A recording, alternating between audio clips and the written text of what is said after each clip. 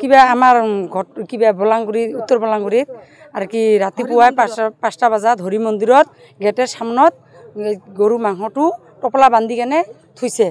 থোৱাৰ পিছত আমাৰ যে কি কয় পাছত আমি মানুহ ডাকা হাকা কৰিছোঁ এই সবজনে গিছে। যাৰ পিছত এই থানাৰ IC ছাৰে যাই কেনে টপলাটা তুলিয়ে লৈ আহিছে তাতে হুমকি দিয়া।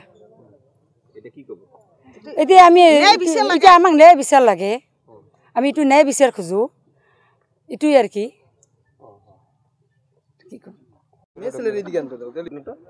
ঘটনাটো আমি শুনা মতে আমাৰ উত্তৰ বলমগুৰি হৰি মন্দিৰত কোন দুষ্কৃতিকাৰীয়ে গৌ মাংস ৰাখিছে।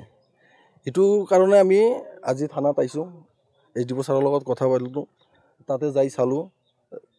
তাতে যাই চাৱাৰ পিছত গৰু মাংসটো আমি পোৱা নাই। আইনৰ মাধ্যমে পুলিচ প্ৰশাসনে মানে উঠাই লৈ আনিছে। সেইকাৰণে আমি ক'ব বিচাৰোঁ আজি এই মুছলিমবোৰে যিবোৰ মুছলিম মানুহে যিগিলা কাম কৰি আছে, হিন্দুৰ ওপৰত যে অত্যাচাৰ চলি আছে, মন্দিৰত আক্ৰমণ কৰে, আমাৰ হিন্দু বোৱাৰীৰ ওপৰত আক্ৰমণ কৰে, আমাৰ হিন্দু ছোৱালীৰ ওপৰত আক্ৰমণ কৰে, আমাৰ হিন্দু ল'ৰাবিলাকক ধমকি দেয় যে এইটো ভালকৈ চলিব পৰা নাই। সেইকাৰণে আমি কৈ আছোঁ মুছলিমবোৰক কৈ আছোঁ যে হিন্দুৰ ওপৰত অত্যাচাৰ কৰা বন্ধ কৰক।